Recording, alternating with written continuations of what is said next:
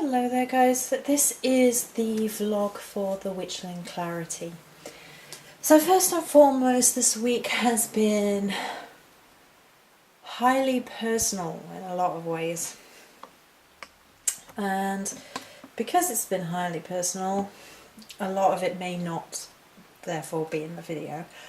There's going to be quotes and things, and we're going to talk about some ideas that I think are really important. For me right now as well as in general. But the more personal parts are not going to be in there for obvious reasons. Every week there's an element of that, but that's quite strong this week. So just to quickly recap on the meanings: clearing your mind, bringing you closer to your sacred inner wisdom. Sometimes the mind becomes clouded by overwhelming stress. In a world of information overload, it's important to take time out, slow down and clear the mind by sweeping away stagnant cobwebs of old thoughts, emotions and energy. Being your best self. Okay. When sleeping women wake, mountains move. Chinese proverb. This was a proverb that I've seen before. I've possibly even quoted it before. But this week it was on a picture with crows, and there was a lot of raven and crow imagery at the tail end of the week before into this week. And we have the raven prayer. Winged emissary from the realms beyond, fire stealer, trickster, wolf friend. Raven, I call on your wisdom. Teach me your tricks of thought and memory. Lend me your eloquence to speak of the hidden mysteries. Help me to use the tools around me to attain my goals, and if I do not find those tools, teach me to craft them. Help me fly with agility to where I'm most needed. Guide me in the ways of the sentinel. Teach me to sing for love and to return to those places where it has lived before. I ask for your strength in the face of intimidation. I ask for your wings as I dive into darkness and return with knowledge. I ask for your magic in shaping the unformed into a beautiful reality. Raven, I call on thee. And the second one was snake prayer. I call on the spirit of the snake. I call on the primal and healing forces you carry. I call on your intuition and your heightened senses. Help me remain pressed close to the present so I might experience this existence directly. Make me aware of subtlety and open to change. Sensual and fertile spirit, I ask you for transformation. Help me shed that which I have outgrown. Clear my eyes that I might slide free of the past and into a newly formed now. Coil your power, speed and precision within me, so that I might harmonize with the invisible and swallow whole the wisdom I seek. So the beginning of the week was a little bit about remembering lessons of spirit guides. And both of these guides, of these energies right now, are very, very potent. We've talked about raven energy a lot. But when you sort of think of raven and snake imagery, they're two really potent animal totems, guides, energies, incredibly so. And I think as well they're perhaps two of the most feared, sometimes disrespected, sometimes, like demonized, and they're both to do with sort of this transformation, this otherness, this magical energy of shedding and becoming more. And I think it taps into our fears in that sense as well. The strongest factor for success is self-esteem. Believing you can do it, believing you deserve it, believing you will get it, unknown. This ties into something, well, it ties into a few things.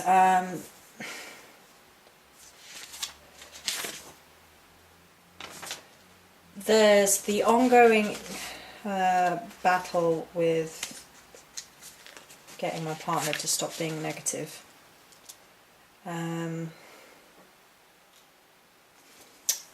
And because he's psychically gifted, he's from a family of psychics. His mother was psychic, his sister's quite psychic, I believe, and you know, they don't particularly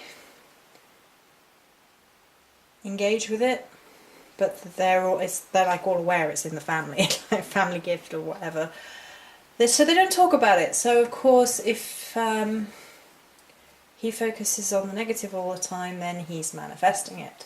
But he knows and he's aware of this, and yet trying to sort of talk to him about it is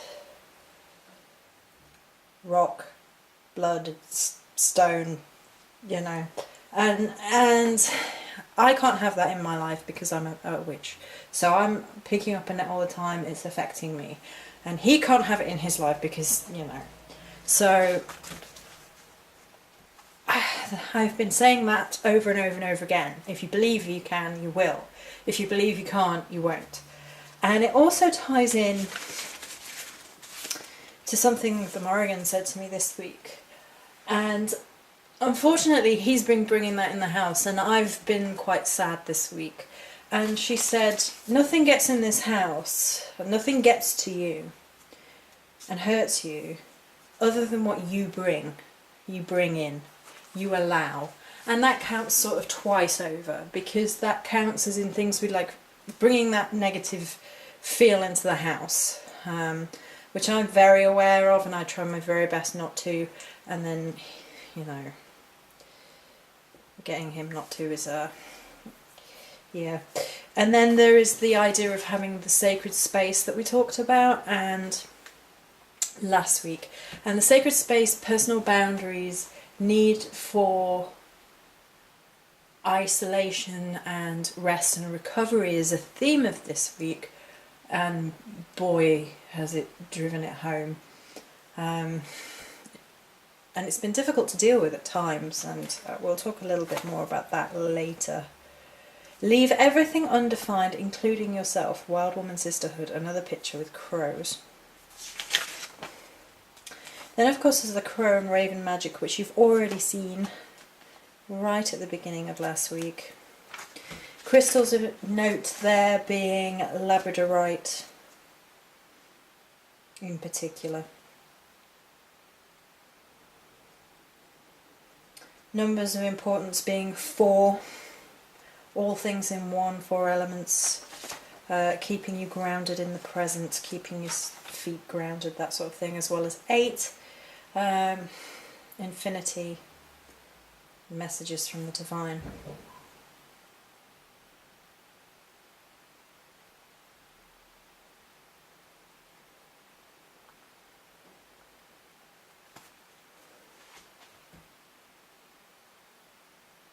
There was a really loud bang.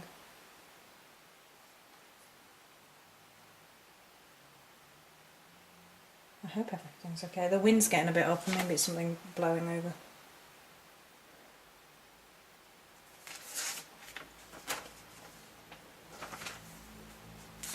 Okay. No matter how alone you feel, remember you are part of the divine plan. You are loved. Witches of the Shore. Another crow picture. Another message from the divine. So it's kind of been one of those testing weeks, but then in the back there's been messages and constant messages all week of, remember you are loved. Don't give up. Get up. Fight on. Remember who you are. That will be the Morrigan doing that. Don't fear change, fear staying the same. Return to Avalon. The bravest thing I ever did was continuing my life when I wanted to die. Healthy place. There are a lot of people who will find that statement overdramatic. And those are people who are either highly unempathetic towards the plight of suffering within other people, or they've just never experienced what it is to truly feel on your last legs. To truly look at life and feel nothing but pain and feel like you can't go on. That's happened to me once or twice in my life. I think twice, to be fair. Once much worse than others. And at that point, I lost my home. So I was homeless. I lost nearly everything I owned. My family, apart from my middle sister, but she wasn't in the country, completely abandoned me. So I was completely alone, and I lost everything I owned. And a friend saved my life and gave me somewhere to live. And if it hadn't been for that friend, then God only knows. But at that point, I was ready to die. I had not a friend in the world. All my supposed friends at that point abandoned me because of what happened to me, which was abuse. And like, I was dirty. And so at that point, I was willing to die. I was ready to die. I couldn't go on. And people who don't understand that feeling think it's melodramatic, think it's over emotional, and I'm here to tell you right now, it's no emotion. It's like you're already dead on the inside. You don't feel anything, and you don't want to anymore. And you just want to lie down and not wake up. And if you go through that, the most courageous thing you can do is just to keep going, keep breathing. And at the time I thought it was cowardly because I was too much of a coward to actually kill myself. And now I look back and know that the nature of courage is in there. That when you are down and defeated and empty and at rock bottom, the courage it takes to keep going, keep walking, keep breathing is what true courage really is. Really is. And we're not talking about people having a bad day. We're not talking about even things like, stressful situations like now. We're not talking about stuff like, I don't know, losing a job. We're not talking about, anything like that. This is when something impacts your life in such a way that everything else seems pointless. And that quote was there to remind me that even if times are tough right now, I've seen far worse and made it through. And if you've already made it through the worst times imaginable, you can make it through this. And then there was a second layer of messages to the week, and it goes like this. The external approved obsessed society has you duped. Peace and power isn't in how many likes you have. Peace and power lies in how much you like yourself. Do it, girl. Just going to grab another bottle of water.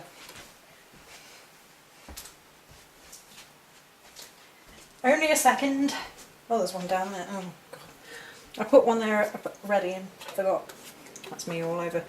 So let's read that again and drive that home. This external approved obsessed society has you duped. Peace and power isn't in how many likes you have. Peace and power lies in how much you like yourself. We're all broken and damaged, and we aren't quite fixed yet. A lot of us have gone through hell, but you know what? We came back. We came back stronger. You know why? Because we are warriors, and warriors fight. Sparks of hope. Everybody has gone through something that has changed them in a way that they could never go back to the person that they once were. lessonslearnedforlife.com.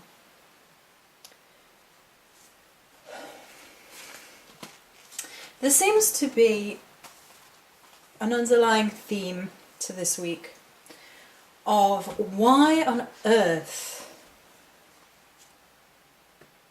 do we allow popularity contests to get us down. We've, like, a lot of us, not all of us, but a lot of us have seen some hard stuff. Some difficult crap that took clawing our way to get through. That gives us nightmares to this day. That has changed us, and we can never go back. We can never unknow. We can never unsee what we have been through.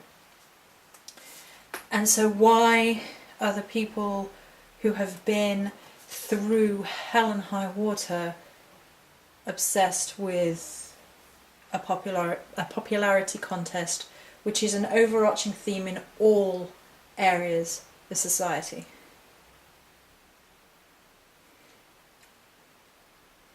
It's kind of meaningless. It's more important to be true to yourself. It's more important to be okay with yourself. And looking externally for as many likes, as popularity contest is the last place to find self-peace. And this is something I struggle with, feeling adrift and on my own, lonely and not fitting in, not finding my tribe, it not being enough to pretend and be in a clique or anything like that. And I've never felt okay with that, even being a teenager, and I certainly don't now. So the crystal that I got this week, which I haven't yet shown, is azurite. It's another right, I know. Oh, poor pink hands. Camera's making them look well, but I've been scrubbing the bathroom. There you go. Azurite. Psychic and intuitive development. It urges the soul towards enlightenment. It cleanses, stimulates the third eye, and attunes us to spiritual guidance. So it kind of pulls that spiritual guidance element of the week in. It also facilitates meditation and channeling, a powerful healing stone, helping us to understand the effect of minds and emotions on the body in that sort of psychosomatic sense. And I was actually really ill because of stress and gluten. I suffer with IBS, and it's a bit of a struggle. Anybody who tries to avoid gluten knows that they put it in the weirdest things that you'd never in a million years think. So, obviously it's going to be in bread, but then it's in yogurts, and it's in it's in all sorts of ridiculous stuff, and yeah. And I was very, very ill. I was very ill. It was the most frightening IBS attack I'd ever had. And I think being so stressed out about certain bits and pieces really made it 10 times worse than it should have been. So that has been the crystal du jour to help work through those those problems. Sorry, I was reading through and I shouldn't be. We walk our own path through life, but we are never really alone. Sue Fitzmaurice. So that was actually midweek, so that message was reaffirmed again midweek. Whenever you're creating beauty around you, you're restoring your own soul. Alice Walker. Now this is important here because on the surface of it, when you are creating something beautiful, you are restoring your own soul. So that sort of brings into image of, oh, I'm painting a beautiful picture, and therefore I'm expressing myself and restoring myself and whatever. And yes, that's true. However, I think it has another meaning. Creating beauty around yourself is very much akin to creating your own sacred space. And the idea of circle casting and creating sacred space, whether you have cast a circle, whether it's just a spot in the garden, whether it's a spot in your home, you try and make it feel as beautiful, as peaceful, as tranquil and as sacred as possible, because it transports you to a different frame of mind. It helps you connect with your deity, divinity, spirit, and it brings about change in you, helps healing and things of that nature. And it's worth bearing in mind that we create that wherever we are if we sort of, I don't know how to put it, if we do that, if we enforce that, if we create that wherever we go. And I'm talking if you have an online presence, you can create your own sacred space. You create your own personal boundaries. And you have to find a point where you're like, what is healthy and what isn't, and realise that you don't have to accept everybody within your sacred space, and if you do, you're going to be overwhelmed, it's going to be chaotic, and the negativity is going to get in. Because A, you're imbalanced and you can't keep up, and you just, B, it's not very real or realistic because you're being bombarded by too much, and it's not taking the proper time to apply to things, proper growth, proper reinforcement of things that need to grow. It's not real. It's, it becomes fake. It's like talking to, I don't know, if you went into a party and you talked to 100 people you didn't know for a couple of minutes each, how deep and meaningful do you think that would be? I don't know. That's how I was thinking of it. Like creating your own boundaries, what you allow, what you won't allow, and putting things in a deeper rooted beginning. Which is followed by you can't hang out with negative people and expect a positive life. That's a little bit of a broad sweeping statement because I don't think anybody is purely positive or purely negative. When I've had a bad week, I'm not a very positive person. And if I've had a very, very bad week, then I feel how I feel. And I'm not going to punish myself for feeling that way. And we're going to talk about this in the end as well, because that's just truth. That's how I feel about it. I need to then overcome that because I cannot wallow there. I cannot allow that to poison me on a permanent basis. But that's honest.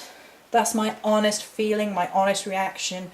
And I can't pretend to be happy, happy, la la, if I don't feel a happy, happy, la la,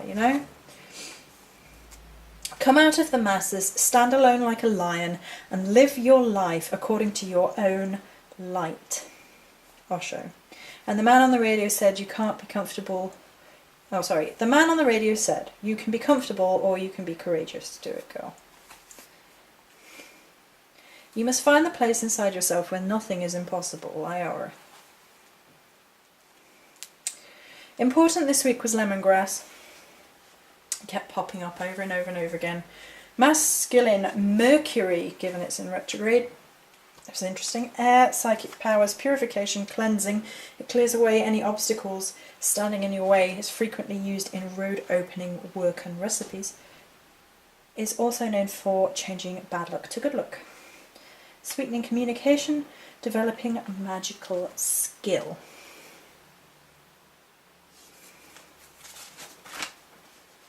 Okay, this next quote I love, and it's one of two at the tailor end of the week that I was just like, yes!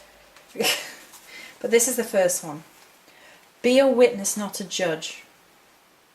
Focus on yourself, not on others. Listen to your heart, not the crowd. Shared by 7 Witches Coven. The two most powerful warriors are patience and time, Leo Tolstoy. Then there's a whole load of personal work, which I'm not going to share. When people hurt you over and over, think of them as sandpaper. They scratch and hurt you, but in the end you are polished and they are useless. Rebel Market. And then the last piece is excerpts from A Woman of War by Mehreen Kasana. And I think there's some very important points to be made in this. I'm aware that, as usual with this sort of thing, there will be some men that see an empowering message to women and immediately assume that therefore it is man-hate. And to be honest with you, if any of this strikes you as being hateful, then that's something that you need to examine in depth about why you are having that reaction. Based on what? Some of it I kind of understand because it does say, man, when truly that it could be man or woman in the negative role. So here we go. As women, we're taught to enter the world with big hearts. blooming hearts, hearts bigger than our damn fists. We are taught to forgive constantly as opposed to what young boys are taught, revenge to get even. Our empathy is constantly made appealed to, often demanded. If we refuse to show kindness, we are reprimanded. We are not good women if we do not crush our bones to make more space for the world, if we do not spread our entire skin over rocks for others to tread on, if we do not kill ourselves in every meaning of the word, in the process of making it cosy for everyone else. ... We are taught to sacrifice so much for so little ... By the time we are young women, we are tired. Most of us are drained. Some of us enter a lock of silence because of that lethargy. Some of us lash out ... Take up more space as a woman. Take up more time. Take your time. You are taught to hide, censor, move about without messing up decorum for a man's comfort. Forget that. Displease, disappoint, destroy. Be loud, be righteous, be messy. Mess up and it's fine. You are learning to unlearn. Do not see yourself like glass ... You are flesh. You are not constant. You change. Society teaches us to maintain balance, and that robs us of our volatility, our mercury hearts, calm and chaos ... Do not be a moth near a light. Be the light itself ... We are instructed to tailor ourselves in our discomfort, constantly told that we are whining, nagging, and complaining too much. That kind of silence is horribly violent. That kind of insistence upon you formally nodding in agreement to your own despair and smiling emptily so no one around us is ever uncomfortable. If we could see the mimetic model of the erasure of the woman's voice, it would be an incredibly bloody sight. It's powerful stuff. There is this teaching that women should be kind and gentle and sweet and always nice and always pleasant and all the rest of it. And somewhere this sort of group societal mentality also comes in. If you tell the truth, we will shun you. If you stand up for what you believe is right, we will leave you on your own. If you don't follow the popular crowd, we will isolate you.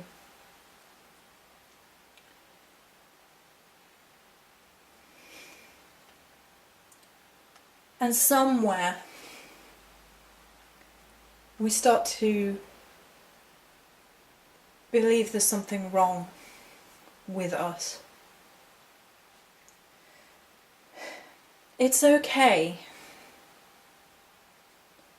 to not always tell people what they want to hear, to speak truthfully and honestly.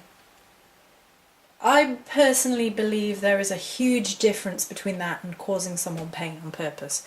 And unfortunately, people who cause people pain on purpose often like, I'm just real, I'm just honest. And it's like, no, you're not. You're just going for the attack. And that's not really what we're talking about. We're talking about being a true warrior. And what a true warrior is not somebody who just fights for the sake of fighting. Any brawler can do that. That's not the grace and finesse of a warrior. A warrior defends home and family and love. They stand up for what they believe in. And they are principled about it and have their own code of honour.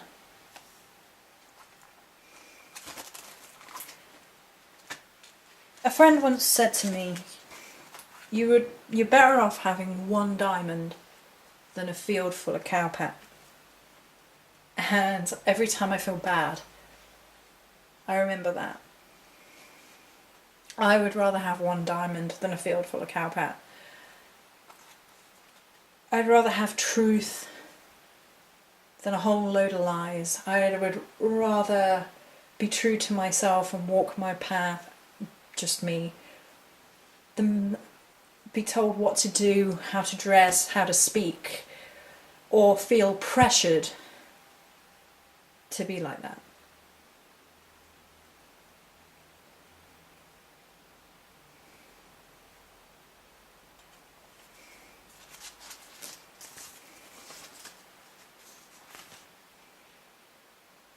So I think that's going to be it for this week. Many blessings.